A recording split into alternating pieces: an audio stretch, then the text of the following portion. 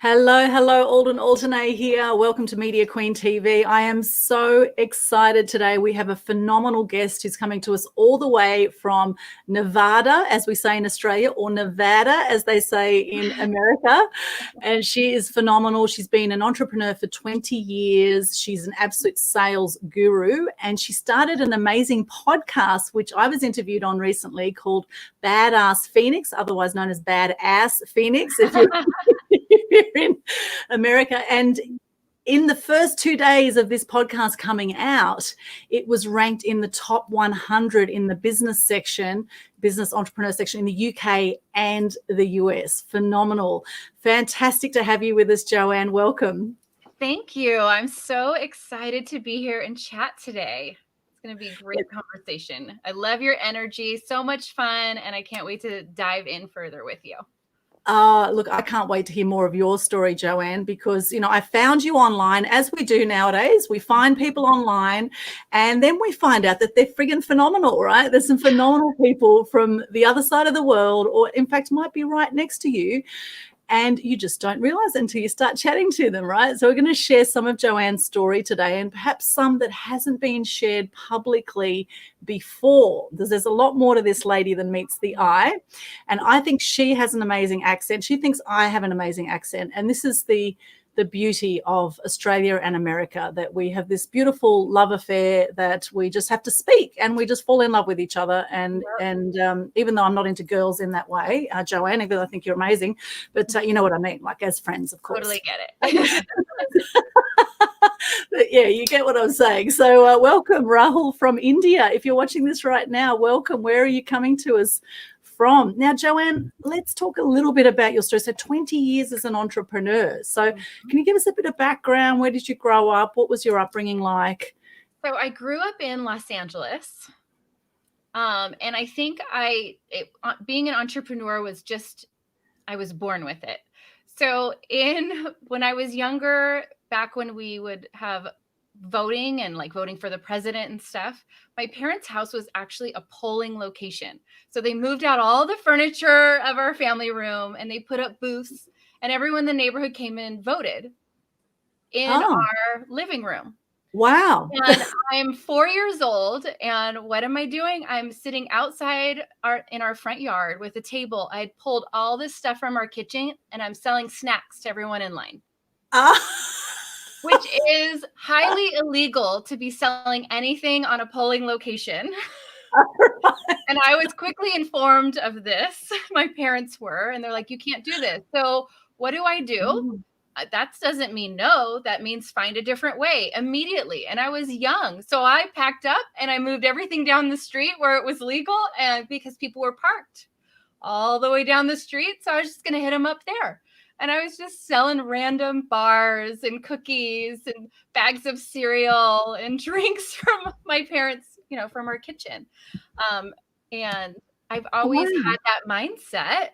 So I'm just always been an entrepreneur, for sure, at heart. Amazing. You would have thought of that at 4 years of age. And you probably collected a nice sum. For me. I'm like, oh, no, I can't do this. Okay, great. We're going to do it this way. Yeah. And I think that was such a great moment when I look back. That's what being an entrepreneur is, right? Is finding, how do you pivot? How do you adjust? Things are always getting thrown at you in different ways. And instead of just going, okay, I guess we're done, I'm over, just going to go back inside and watch cartoons, you pack up and figure out your other way to do it, right? Yeah, absolutely. Entrepreneurs at heart are rebels. I would say a lot of them are badasses. In fact, I know a lot that have been involved in all sorts of criminal activities, actually, growing up, because they've had that rebellious nature. They've had that F you to society, and I'll do whatever the hell I want to do. Thank you very much. No one's going to tell me what I can and can't do. So this whole COVID period's been really interesting, because while some people are out there buying toilet paper and killing themselves, others in business have been, pivoting, as you say, the hot word, through COVID, and business has been booming, so it's all about how you look at things and the perspective you take. And one perspective of an entrepreneur is turning adversity into opportunity. Right. Absolutely. And I love the title of your podcast, Badass Phoenix. Badass Phoenix. I think it's really, really cool name, and I think it's very relevant, and I think it stands out. You need to be a bit controversial and a bit like, oh my goodness, how can someone call a podcast badass? Like, oh, Right. that's a bit edgy, but it gets your attention, doesn't it? It gets your attention in a crowded marketplace. Your attention. And I've actually spoken with a lot of specifically females, some males, but specifically females over the last few years that were in the middle of those early stages of their business, and they're questioning themselves.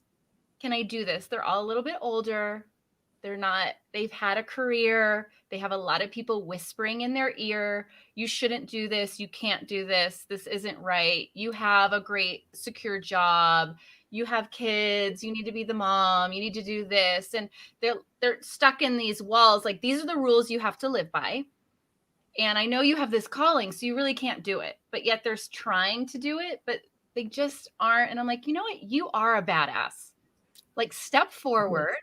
Like, you're not going to love your life. You're not going to end up loving the relationships you're in. You're just not going to embrace it. And why should we always go through life wondering what ifs? Like, let's go for it. Dive in, follow your passion, follow your purpose that you know is there, and see where it takes you. And I hope with this podcast, it really inspires people to take action, and they're not alone in this. A lot feel alone because their inner circle is telling them they can't do it. And I want them to know there's so many of us out there that are ready to rally, support, and have been there and have found the light on the other side. Yeah, absolutely. And, that takes perturbation, it takes tenacity, it takes moving through challenges. The way we're educated as a society, we're educated to obey the rules, to do the 9 to 5, study, obey, do what you're told, from a young age, do what you're told, get a good job, and then one day retire, and you might, get the pension one day, right? I mean, that's if you don't get COVID and get killed off like half of the population has this year, that are elderly. So, this is the security that we're taught to live into.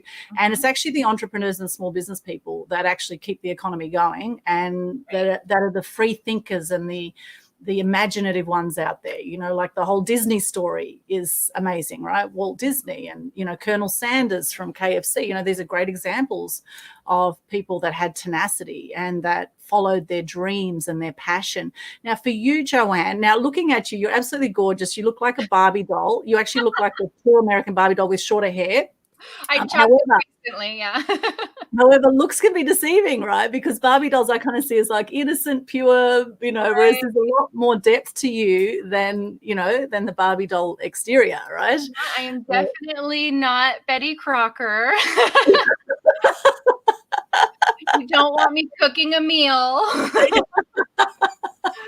My husband is the cook, not me. So that's fantastic. You got Ken at home, who's fantastic, who's cooking at home, which is brilliant.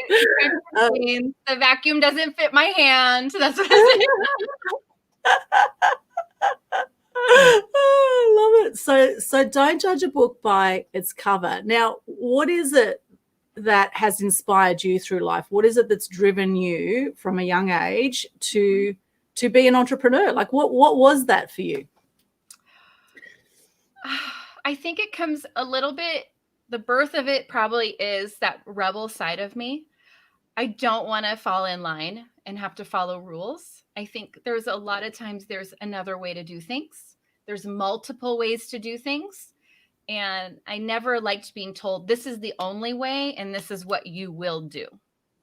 Yes. I didn't, that never stood right with me. And if somebody tried to put me in that box, I rebelled hard and fast, real quick. And I just loved, there's freedom with it, but yet you do a lot. You have to put in the work. So I don't ever want to sugarcoat. There's freedom and you can decide your schedule and you can lay on a beach. You can, but there's still, you got to put in the time. You got to put in the work. But it's so worth it because it's your own and you get to make those decisions of how that works. I've had a business for 20 years. I've had partners. I've had those go south. I've gone through the ups and downs. We've dealt with COVID and all of that. And in the middle of it, I get diagnosed with MS. And it just like shook my world because I was no longer, in a lot of ways, the same person I once was. And I just couldn't move forward in the mindset of trying to get back to that person. I needed to mourn the death of JoAnn 1.0 and embrace and thrive in my newest version. And I needed my family to do that also. And it's kind of a really morbid way to put it. But it's how I've been able to really step forward more into what can I do? How can I help people? How can I serve?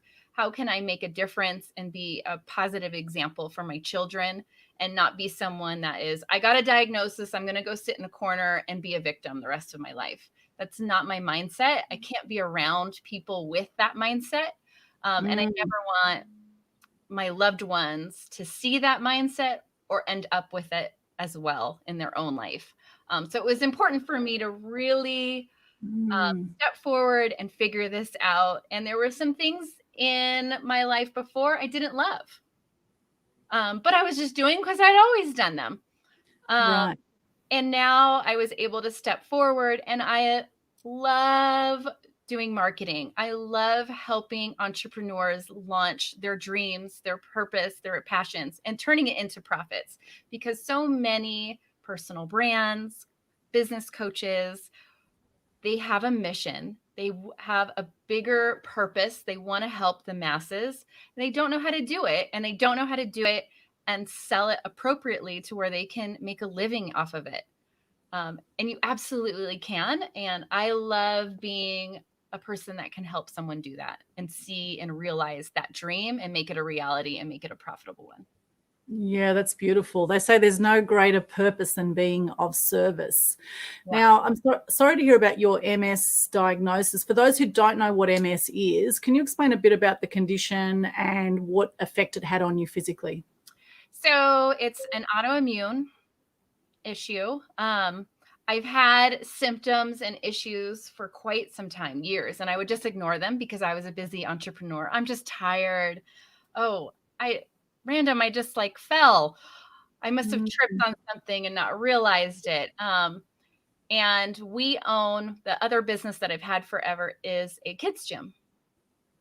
And I was an active coach and spotting and helping kids where you're actually really physical in your job. And that was something I just couldn't do anymore at all. Like it just wasn't an option. So I needed to figure out a different way that I could coach, have those connections and make a difference in someone else's life. And so I just shifted gears and adjusted so that I could do that. And MS stands for multiple sclerosis, right? Correct. Yes. So autoimmune. So the symptoms of that, was it like tiredness? Like what actually happens with that? I would, and I still have it where it comes up for sure, but loss of being able to use some of my limbs. My eyesight comes and goes. Sometimes I don't speak well, or I speak and like random words come out and I totally believe I'm saying something, but I'm not. It's something else. Wow. And just it's a tired, but it's not a tired. It's not like a tired you can go rest and get rid of. It's just utter exhaustion and being squeezed the life out of you. Pain is the only way I can describe it. But I'm doing well, and I've learned to balance a lot in my life, which it's everyone that has MS knows it's a personal journey. There's not one person that's exactly the same of how it presents and how it affects your life. So you find what works for you and keep doing that and keep going and just don't give up. I'm a firm believer there's always another way to do things. You just need to be a little creative, patience, give yourself grace, and hopefully the loved ones around you give you that same grace as well. And is it something that's curable, or how do you treat it? It is not. It's just, it is. It's here. It could stay just how it is right now. It could get much worse tomorrow. I could wake up and not walk. Who knows? So I can't live in this world of what ifs. I just need to embrace the body I'm in today and the greatness that I have at the moment and roll with it. And I think that's a lesson that we all need to do, because we don't know what's going to happen tomorrow, any of us, No. in any situation. So let's not waste the time we have. Love hard, play hard, work hard, and really embrace your life, which is why with the podcast, I'm a huge believer in go after your dreams, go after your purpose and follow them, follow through, take action, and step forward into the badass you were meant to be. Yeah, I love that. When I get down, I've had depression over the years, and, I've had 4 friends take their own lives by the age of 45. And the stats are about 1 million people a year worldwide take their own lives. And now we've had a lot of suicides through COVID, etc. My whole thing this year has been, things can always be worse. Sure, COVID's really thrown a big spin into the wheel. Like, it's really kind of thrown people out of control in some ways, and it's crashed the economy. We've had all this limit on our freedoms, etc. Sure, there's been a whole lot that people have not wanting to adjust to, wearing masks, all that kind of stuff. It's definitely impacted people's freedoms and how they see life. However, as I've always said this year, things can always be worse. And when I get really down and when I get in those dark places, I think of a guy called Nick Vujicic, who's got no arms and no legs. He was born with no arms and no legs. Mm-hmm. And he's one of the most inspiring speakers that I have ever seen. And I think to myself, things can always be worse. Right. Be grateful for what you have, be grateful for the challenges, because they're here to teach us things. And, I do believe in Louise Hay's work too. I believe that with all dis-ease in the body, that, it could be emotionally linked with something from the past. So coming to that, how important for you, having this positive mindset that you have, how important is personal development for you? It's huge. And I think in my 20s, you never talked about mindset. You're like, oh, silly, whatever. But you've got to take care of yourself. You've got to fill up your own cup. You need to have the right mindset. You need to have the right energy around you, the right people around you. And I am a firm believer that those things just feed into every part of our life. And you've got to take care of what you're putting in, who you're around, the energy. Are they negative people? You've got to get rid of them. They will drain you. They will drain you faster than you don't even realize it. And all of a sudden, you have that same mindset. You start to take on the people that you're kind of around, right? So you need to really be aware of the circle you're in, especially when you're step forward into becoming an entrepreneur for the first time, because there's a lot of risk that's involved. And 9-to-5ers don't understand that mindset at all. So they're going to be negative. So you need to make sure you surround yourself with like-minded people as you go and take this journey, for sure. Yeah, absolutely. What are some of the personal development things that you've done? Who are some people you've studied with? Oh, I can't name any names. There's a variety. I'm always like a sprinkle around. I think there's a lot of people that have a lot of great things, but I've never dove into one person. Okay.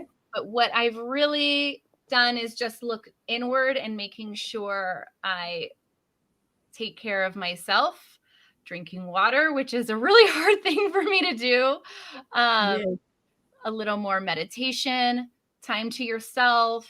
However, get out into nature. I have to get out on a mountain. I have to, where it's quiet and peaceful and calm. And I just get more centered when I'm in that situation. So those things are really important for me.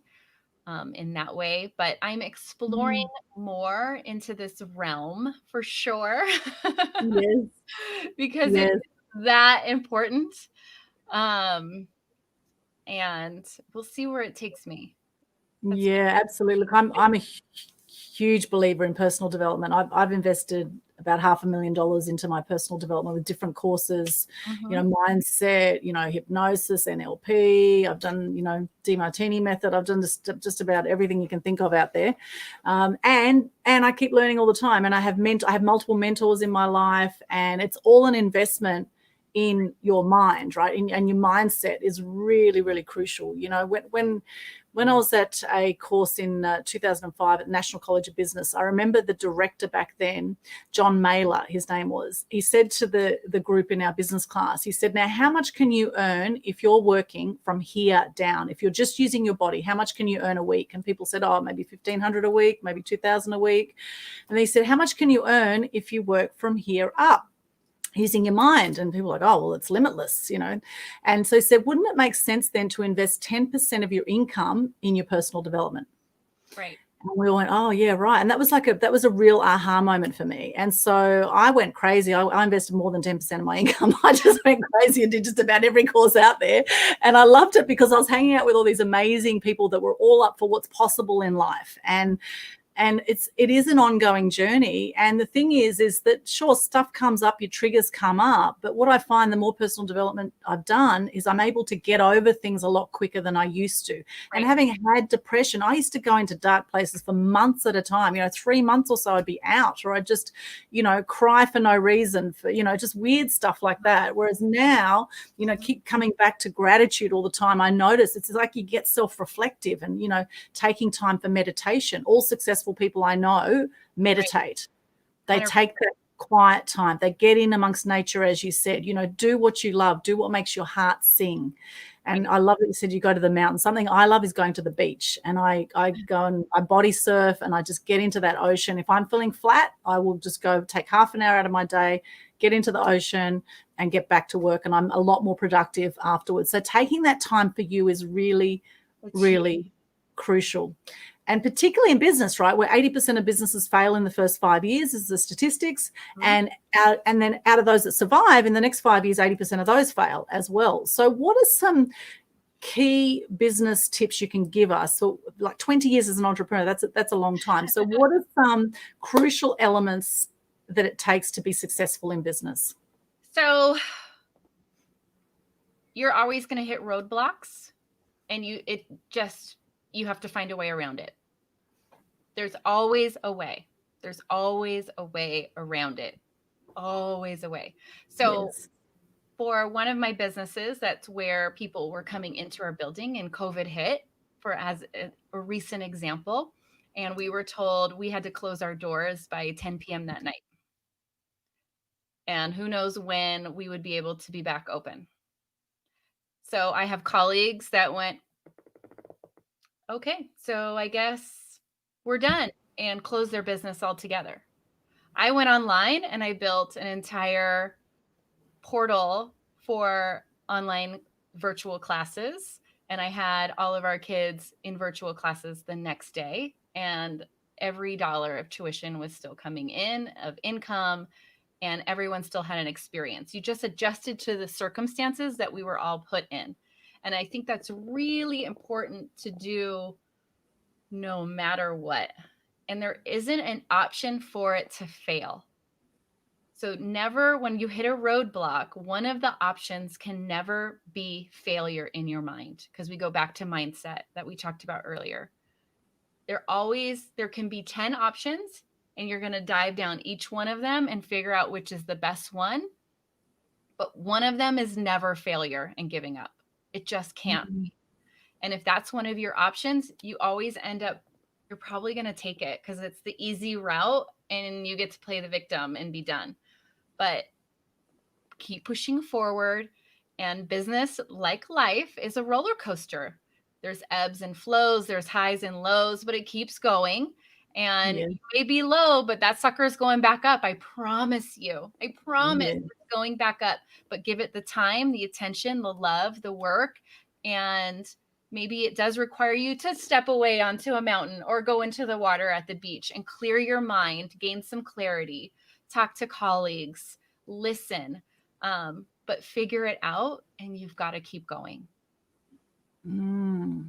I love what Marie Forleo says. She says, everything is outable. Everything's figure outable. Everything is. Everything is. I promise. Everything is. 100%. Yeah. And the never, ever, ever, ever, ever, ever, ever, ever, ever give up, right? Never. Right. There's another way. Just find another path. If this one isn't working, there's another path to what your goals are and what you're trying to do. Yes, beautiful. Now, you mentioned that you had, partnership that didn't work out. Now, I know a lot of people in business have had this experience where they've had, partnerships that haven't worked out. What would you do moving forward if you were going to look at another partnership with someone?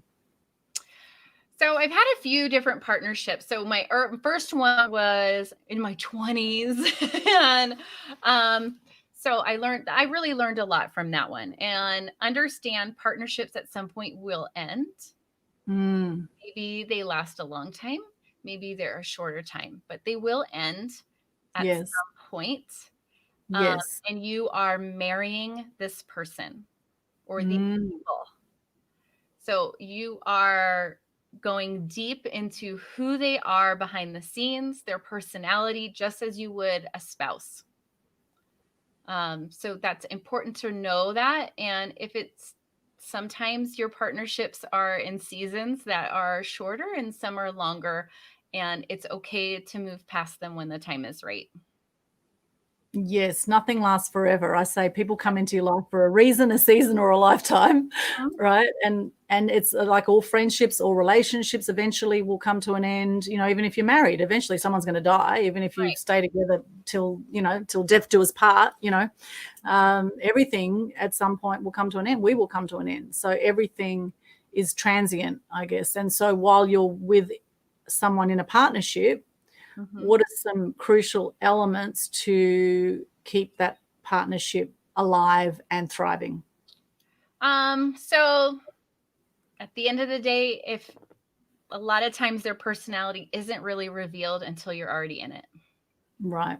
But beforehand, set up what are each of your roles in the business, know your lines, know your path, what their role is. Because a lot of times that's where it gets sticky. Communication is going to be massively important.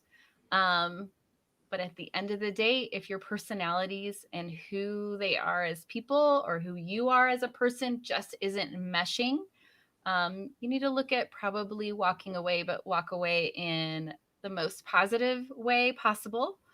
It doesn't need to be dirty and ugly. Wish each other the best. You've had a great moment in that time, and move on. Yes, absolutely. They say there's 3 C's to a relationship. One is commitment.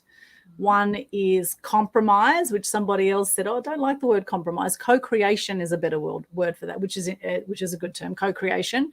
And the other one is communication, as you said. And I think communication is absolutely key. And you know what's happening now? A lot of people have social anxiety. They're so busy on their phones. They've forgotten how to communicate. They've forgotten how to write, just communicate, just talk to people about what you're feeling and what's going on for you. Otherwise, it will build up, and you'll either explode or you'll get sick or you'll burn out or something will happen, right? So you need to express yourself, speak up.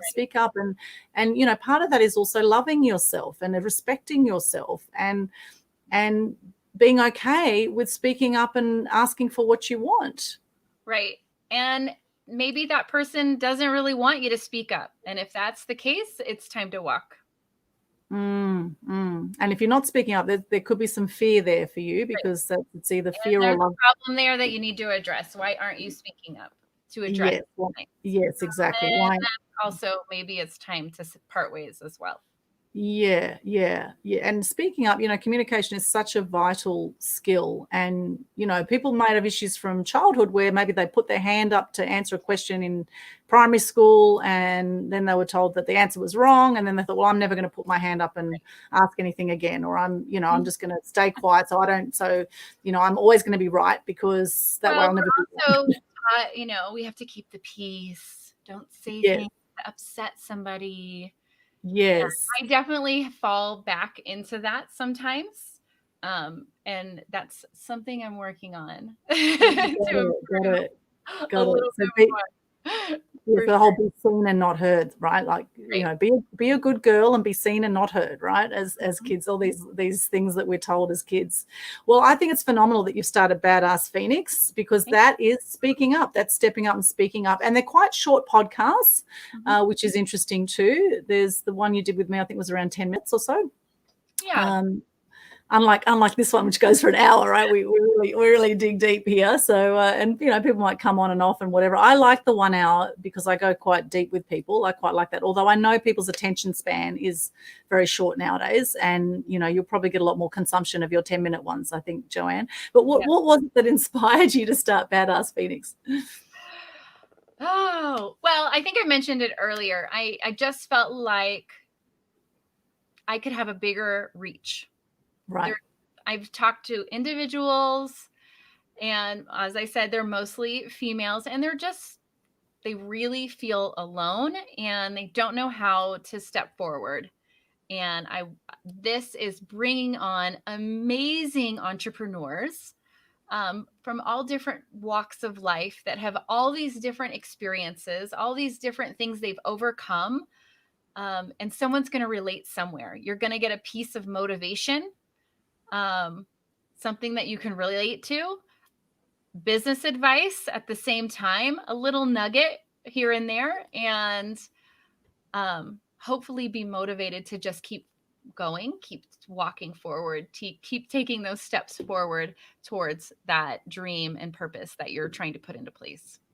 Yeah, beautiful. And is it just women that you interview? No, I have men, but majority of them are women. But I do have some men that have come on. They'll be in the coming weeks that I have interviewed. One recently, he does breath work. Oh. And we went through an exercise, and he's like, "How are you feeling?" I'm like, "I feel like I need to cry." Like, so I'm in this podcast and I'm like, tears. And he's like, "I need to address that. You need to cry." And I'm like, "I'm not a crier." So that was a really interesting podcast. So that's coming in the next couple weeks. Wow. But he does great work. He's very good at what he does, for sure. Amazing energy. But yeah, it was interesting to go through this process with him. And he's like, some people have this, some people feel that, and I'm going to cry. So it was a really weird being the host of a podcast. Yeah.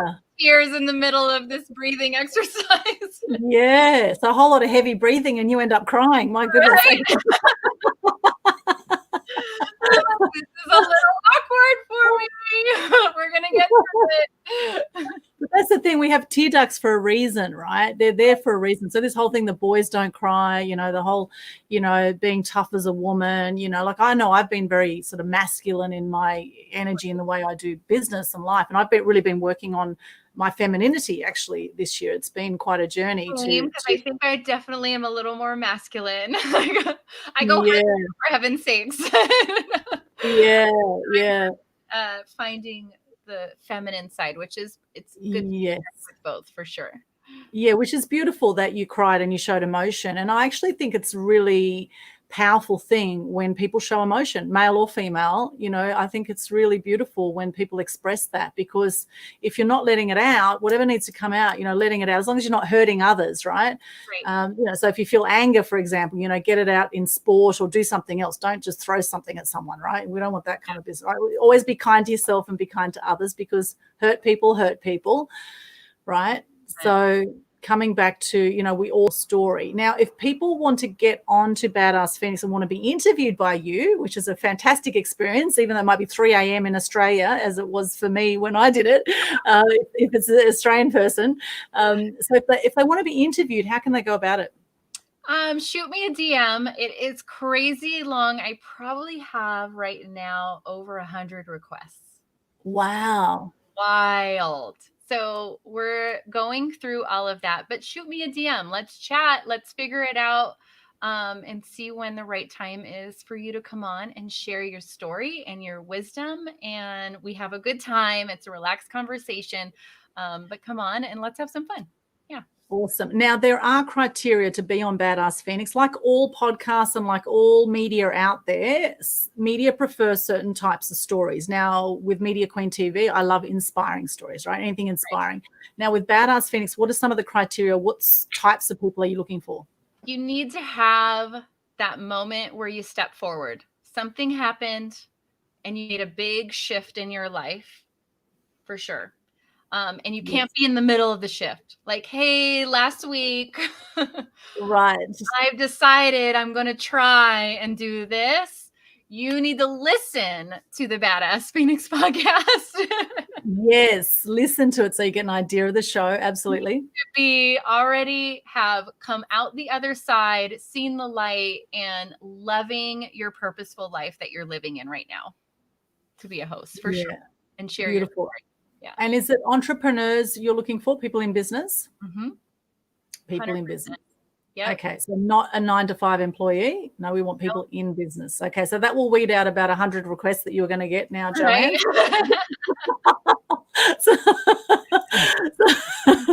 So yeah, it's important to know the criteria before you pitch for a podcast spot, right? Absolutely. Yes. And always look for win-win scenarios. See, JoAnn interviewed me and then I said, hey, it'd be great if I interviewed you. So, always look for that. If you're reaching out to someone, look at how you can support them, how you can help promote them as well. I think we all can win. That's my mindset, and I'm all about it. We all can win. Let's help each other out. Let's build each other up. Yeah, absolutely. Absolutely. Now, I am very curious about your badass sales secrets. Now, you said you have 5 of them. So can we go through those, please? Yes. So the first one is going to be like, are you kidding me? But this is actually a real problem when I have dealt with clients. You need to love your offer. Love your offer. Love your service. So many times people are building their offers because some guru told them this is the offer they needed, or it needs to be presented this way, or they need to have these things in it, but they actually don't love all the pieces of it. So if you don't love your offer, you're not married. Like, just know you can make a difference in someone's life with your offer. You're not going to sell it. So get rid of the parts that you really don't love and that you don't like, and just dial in so tight to what you love doing. And that's your offer. And that's the one that's going to make you money right there. And I work with clients. They'll come and I've got 10 offers. I put out 4 of them on a phone call. Right. Like, okay, you can't do that. That's right. And I can't close. I don't know why. And it's like, well, which one of these 10 offers do you love? And they're like, well, I don't actually love any of them. My favorite is this one that I haven't offered in a year. Okay, so we're going back to that one. And we go through that process and making sure you have to absolutely love what you are selling. You need to believe in it. You need to believe in it, its purpose, its core, and know that you can make a difference. And if you don't have that feeling of excitement when you get on a call because you know you have something that could help someone else, you need a different offer for sure. Yes, because if you confuse people, you lose people, right? So you 100%. Want to keep it simple. Simple. And if you're starting to jump around because you aren't in love with one offer, they're total overload and confused and they're out. You've lost them. It's done. That's a great one. I love that badass sales secret.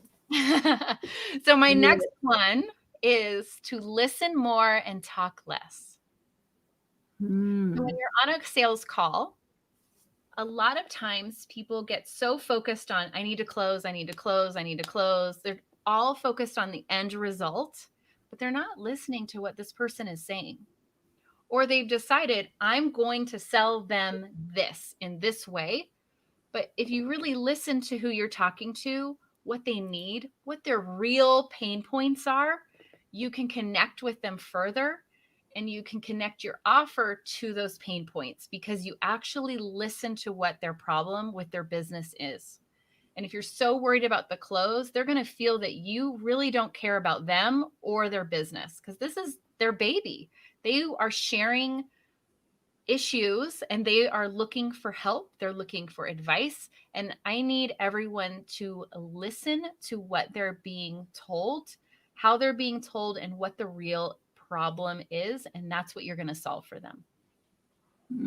Yes, I love that one too. Absolutely. And that's why we have 2 ears and 1 mouth, to listen more and speak less. Right. My third one we actually brought up earlier. You need to serve. Have a service mindset. How can you help this person? Not what can you get from this person? And change that mindset, and you're not going to feel like this sleazy, like used car salesman anymore. Yes. You're there to like sit down with your best friend who's having an issue, and you guys are going to talk about it and see if it's something that you can help them with, or if you know someone else that can help them with it, because we all can win, and you're there to serve. Yes, absolutely love that. Sales is being of service. Yes, I love. Yes. I'm a firm believer of that. I'm not like, you need to have a script, and when they say this, you say that. And when they say this, then you have to say this. I've seen spreadsheets of like a 40-minute script that you force someone to follow. It's not authentic. It's not real. It's not about actually listening. It's not about serving and how can you help this person. It's about getting something from them. And I hate that mindset. And I don't think anyone really needs that in a sales call. Yeah, absolutely. Absolutely. And it's really solving problems, and nothing happens until a sale is made. Nothing happens, you know. Right. So sales is crucial, yet for so many people it is a dirty word, right? Why? Why is it such a dirty word, JoAnn? Feel like they get stressed about it because they think when they're selling, they are the really nasty, scummy salesperson that once made them feel really icky. They think they become that, and you don't ever need to become that. You don't need to be that person. You don't need to present yourself that way, and the conversation never needs to feel like that. And that comes down to my fourth tip is enjoy the journey. This is a relationship that you are building with someone. And I would hope, because you are ethical and you're authentic, that you are looking to build a long-term relationship with this person. So there is a journey involved, and it's not just right when you close, peace out, you're done, and now you're giving them a crappy product. You want to provide your relationship to grow even further after the sale is made. That's just the start. That's just the next piece, that you are now going to have a little bit deeper relationship with this person, because they're now trusting you with something. So I want you to enjoy the journey you're on. So the call is a journey leading up to the call. How are you warming them up? You don't go on a first date with someone and ask them for their bank account and a marriage, right? Not normally. Yes. No, not normally. No. Not normally. So you wouldn't do that in a sales conversation either. You've got to warm up each other and see, is this someone I want to work with? And have that power yourself. It's not about just closing everybody into a sale. Is this someone that you connect with? Is this someone you want to continue a relationship and the journey with? And you know that you can help them and make a difference in their life and in their business. Yeah, I love that. Really crucial. And if you have that mindset going in, the calls will not feel dirty. They won't feel icky. You'll have a really authentic conversation with somebody. And you're really going to get to know them and be able to serve and help them. Beautiful. Love that. And absolutely, you know, you do get your dodgy salespeople out there, which has given other salespeople, you know, a bad name. However, you know, there are also amazing people out there who do really want to serve and help, and that won't sell you something if they don't think it's right for you or if it's not a match. Right. So my fifth tip, you would be surprised how many people do have this issue. Make the offer. It sounds so logical. Make the offer. So logical, but they get so worked up about not feeling sleazy and dirty and so worried. They just want to build the relationship. They don't actually make the offer. Right. But I want you to think about it this way. If you're on a sales call with someone, like you're the prospect, and they don't offer you something, what will you think?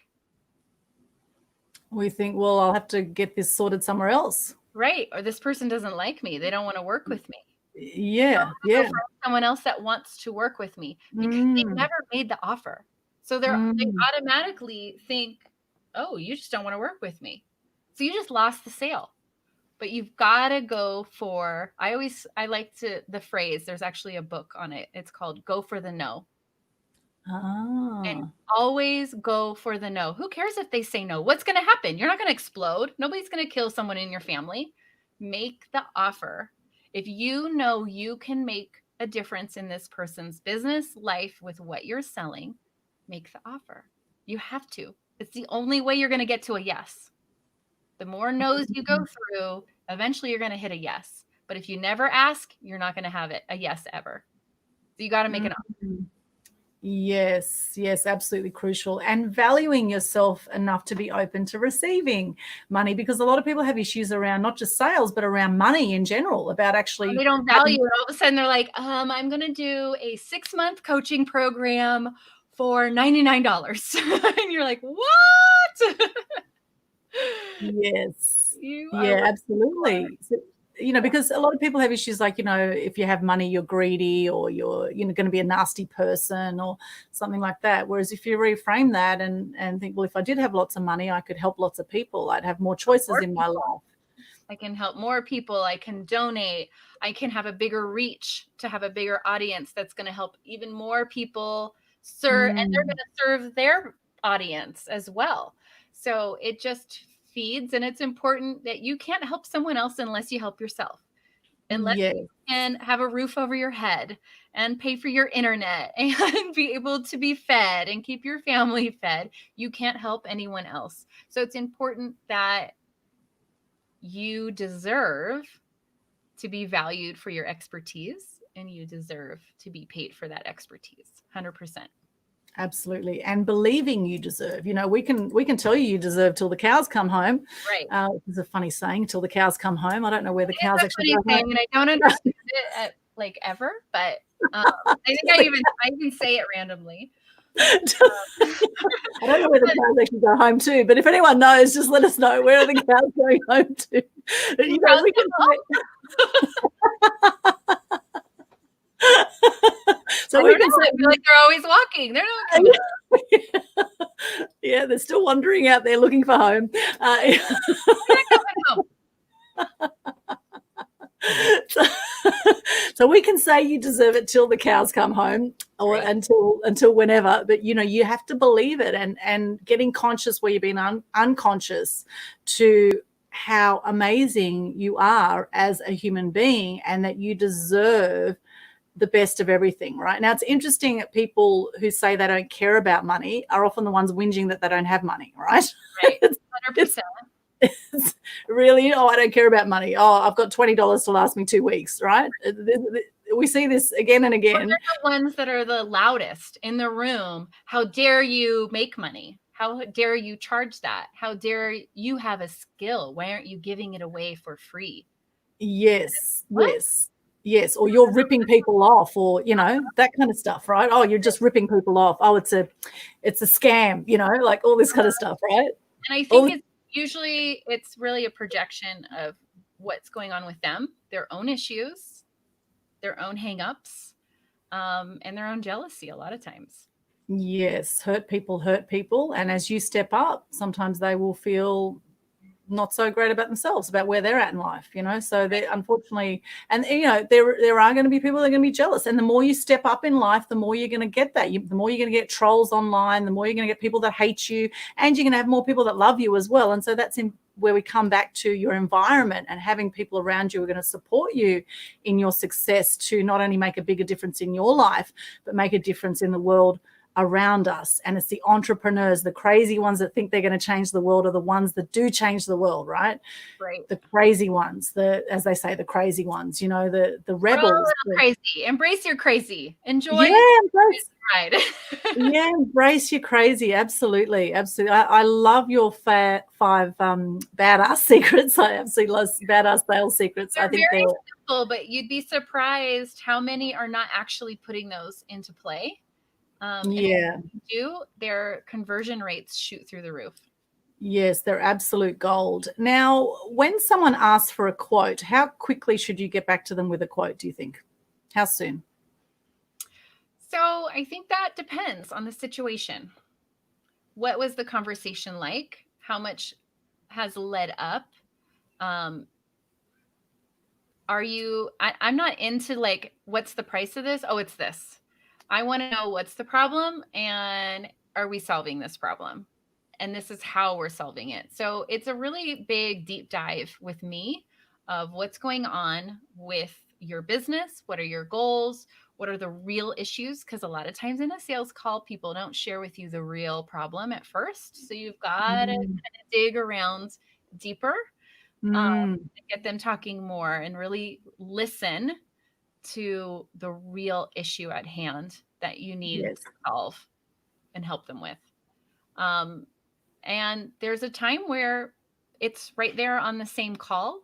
And sometimes there's certain situations with some prospects where I need more time. I need to look at their situation a little bit more. I need to do some more research to know that I am ethically answering their problem the right way. I never want to say, hey, you need this sales funnel and this sales funnel. You need these ads and it's going to cost this amount and we're just going to do it. I want to make sure, I want to look at their offers. I want to deep dive into all of their pieces and make sure we're fixing it in the right way and take care of their business for them because they're trusting us, right? And I take that really seriously. And I don't want to just sell them on some high package because I can. I want to sell them on the right package and what is needed for where they're at with their business right now. And I think it's important for everyone to look at things that way as well. Wouldn't it be a much happier place if everyone sold? Yeah. That's how I need to do it. That's what makes me feel really good about what I'm doing. So that's how I roll. Yeah, nice. And that's part of the start of the customer service journey. If you choose to take that person on as a client or even give them an offer or proposal and say that, yeah, I am willing to work with you and this is what I can do for you, or I'm not, or you're better off going here, whatever it is, So customer service is a big complaint for people. Now in America, you get tips. Of course, here in Australia, they don't really get many tips. So they're not as inspired to. At restaurants and stuff, no tips? Well, sometimes people give tips, but it's not sort of compulsory like it is in America. It's more compulsory over there, isn't it? And some restaurants will say you must add 18% to the bill or whatever it is. In Hawaii, places like that, we had that a few times. So considering that, what are some really important things when it comes to customer service? So I've been down this road where I feel like I've been in a situation where there hasn't been great customer service, and what I wanted to be, you need to be available, but I'm not saying 24/7, but communication is key. It all comes back to communication. And if you personally can't be the one that's updating and communicating, you need to have someone in place that is. There always needs to be a place where reports are coming out to your clients. The communication is open. They feel like they have an outlet to share good things, bad things, anything that's going on in an appropriate way. Make sure you have your boundaries, of course. That doesn't mean they get to call you at 2 a.m. on your cell phone on a Saturday night and you have to pick up. But make sure you establish what those boundaries are from the start. And it all is really about clear, consistent communication, because relationships usually end because there is miscommunication in business, hands down. It always comes back. If you really dig deep into what the issue is, it all comes back to communication, miscommunication, wrong perception of a situation because of lack or miscommunication. So it really comes back to that key piece. What steps can you put into place that are automated beforehand that onboard a client correctly and appropriately? And then what can you do to keep that communication going continually so they feel cared about, appreciated, and that they're a client that you want to keep serving. Yeah, nice. Now, emails is one way you can communicate with clients. Emails do sometimes get lost in amongst all the other emails. I guess there's social media. I mean, what are some other ways people can really nurture their clients? So there's a lot of different ways. It really depends. I'm not going to say this is the end all be all because I think it comes back to your own personality, what works best for you. I have some clients that communicate with their clients through Voxer. Some use Slack. Some are email only. Some do DM chats. Some do phone check-ins once a week. So there's a variety of ways of just finding what really is your communication style that you're comfortable with, that you can do continually or have into place to make sure you're consistent. Because if you're picking a style that you don't really love, like if you never go to Facebook and aren't in your DMs, then you probably shouldn't have your clients go there because you're going to end up missing DMs and not talking to them. So it's really important. I like to make sure you have a trail. You can see what past conversations were and be able to track that. Or if you have staff on hand, anyone can go look and see what's been going on with that client. So having those processes in place are really important. Yeah, that's great. Now, it's interesting you say DM over there. We say PM here, so direct message or private message, right? DM. We mostly say PM here, although I think on Instagram it's more DM. But yeah, DM PM is private message through social media, through Facebook or LinkedIn. LinkedIn's a great way if you're in business, obviously, to connect with people. It's amazing what's going on in LinkedIn currently.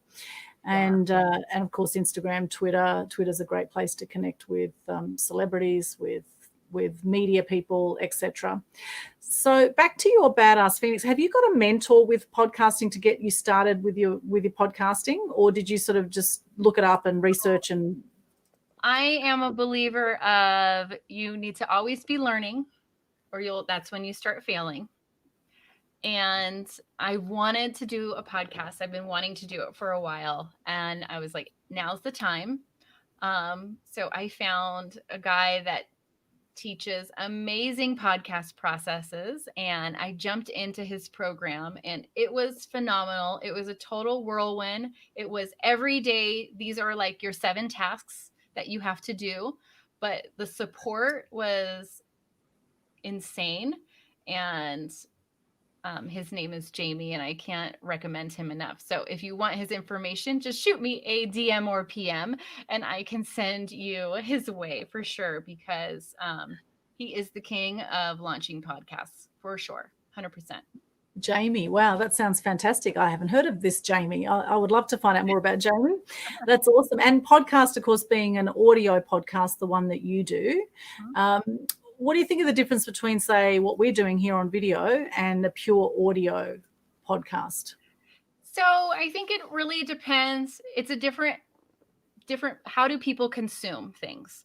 So there is a large market where people are listening on the radio. There's a lot of commuters, and that's where you're getting those podcast listeners in. But there are a lot of people on social media, and I think video is just as important. So I think both are crucial. So I always video our podcast because eventually I'm going to pull clips, and we'll also have video clips that go out at different times as well, usually. So it's really crucial to have both, I feel like. Yes, I think that's Video a great idea. is king for any personal brand, because especially if you are a coach, you need to have video 100%. I don't care how you do it. You just need to be showing up so that your prospects can connect with you and you build that know, like, trust factor. a little bit faster than what you would just having them read about you. Because if you're going to be teaching them, they want to know how you teach. How do you sound? What's your personality? Do you connect with them? Am I going to be able to learn from this person? So you definitely need to show up on video, and audio also helps as well. So audiograms, clips of audio, all of that helps when you're doing social media content, to reach your audience and your prospects for sure. Yes, they say if a picture is worth 1,000 words, a video is worth 1,000,000 words, is what they say. And at least if you have video, you can always extract the audio, providing you have good audio quality. That's very important for podcasts, good audio quality.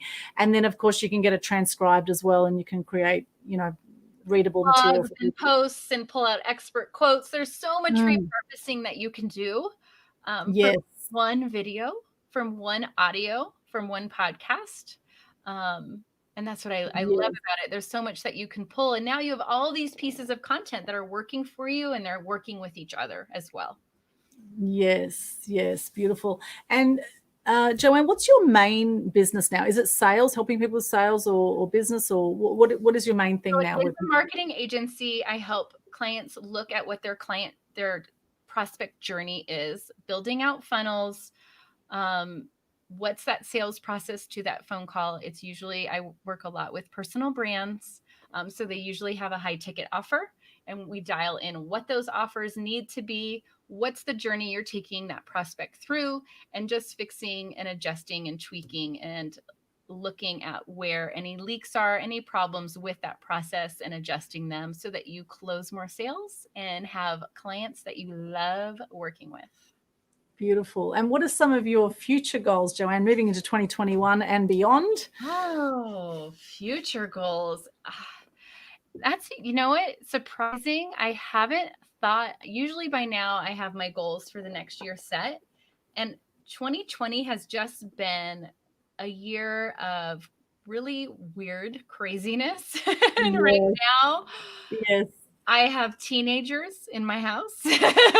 Oh, yes, that would make it crazier. Yeah. And usually teenagers are out with friends, and they have sports and school and activities. And right now they're home.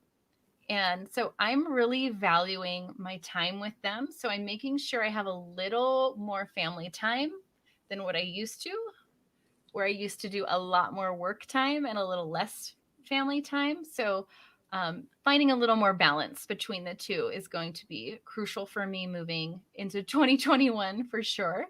And getting out of the house a little bit more. We're still kind of on a weird, the kids aren't in school. They have to homeschool and all of that. So hopefully they can all go back to school soon, and we can start traveling again and all of that fun stuff. So but otherwise, just keep growing, reach more people. And if I can help someone step forward and follow their passion, then it was a success to me.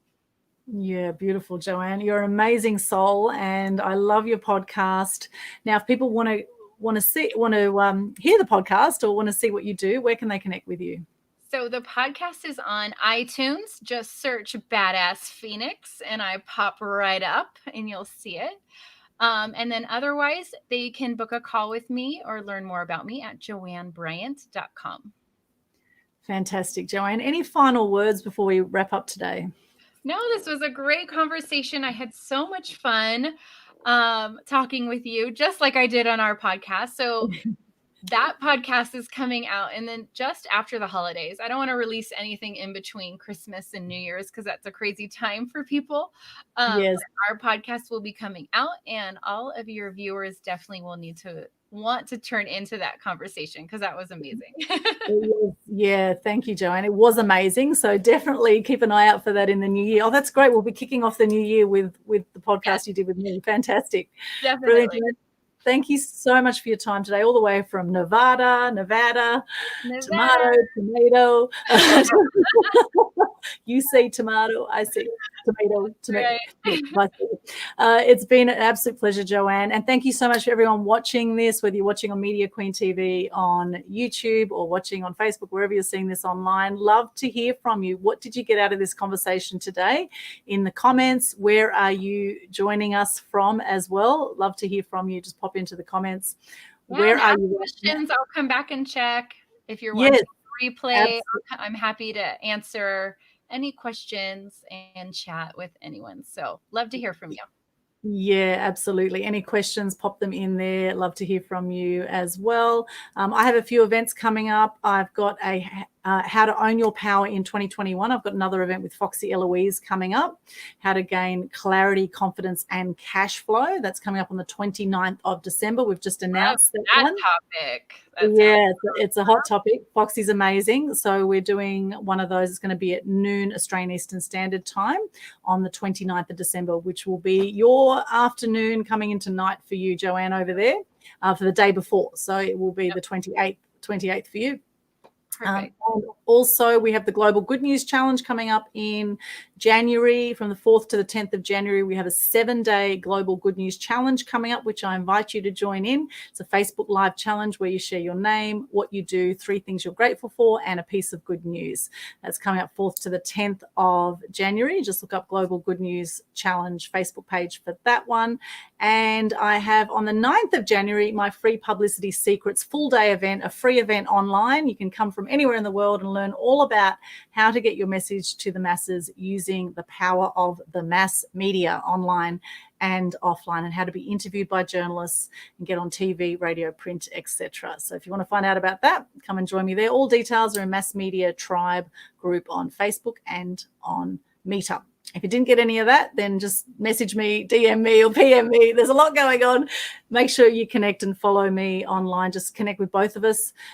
Google us and you will see us. Yeah. And hopefully you are also Googleicious in your life, and hopefully you have consistent messaging across the board and are stepping up with your message and being seen, being heard, and being known. And as Gandhi says, be the change you want to see in the world. If you want some changes, something different for 2021, then make it happen. There's lots of support out there for you. So please reach out.